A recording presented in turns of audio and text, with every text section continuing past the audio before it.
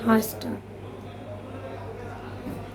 एक छोटी कहानी। एक खेत रहता है, ठीक है। खेत में होता है एक आम का पेड़, लगे होते हैं उसमें आम, रसीले आम लगे होते हैं। आम को देखता है एक हम जैसा इंसान। देखा आम ने, मतलब देखा आँख ने, ठीक है।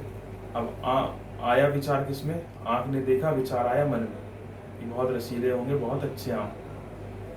देखा आँख ने, विचार आया मन में। अब मन और आँख दोनों जा नहीं सकते, गए पैर, गए पैर। अब पैर वहां तक तो पहुंच गए, अब पैर तो आम तोड़ नहीं सकते। तोड़ा हाथों ने, तोड़ा हाथों ने। अब हाथ में तोड़ा, अब हाथ तो खा नहीं सकता, खाया मुंह ने, मुंह में खाया, अब मुंह रख नहीं सकता। स्वाद किसको आया? जीभ को। मुंह रख नहीं सकता, अब मुंह से कहा गया? पेट में। पेट में। अब पेट उसको, पेट में चला गया।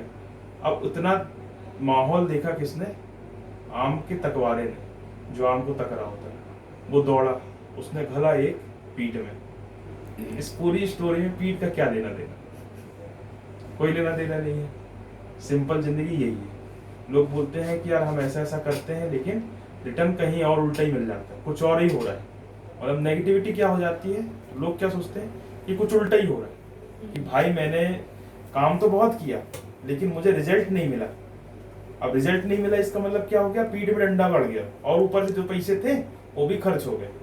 अब इसके आगे कहानी क्या होती है? अब पड़ी पीठ में मार, ठीक, निकली आवाज कैसे?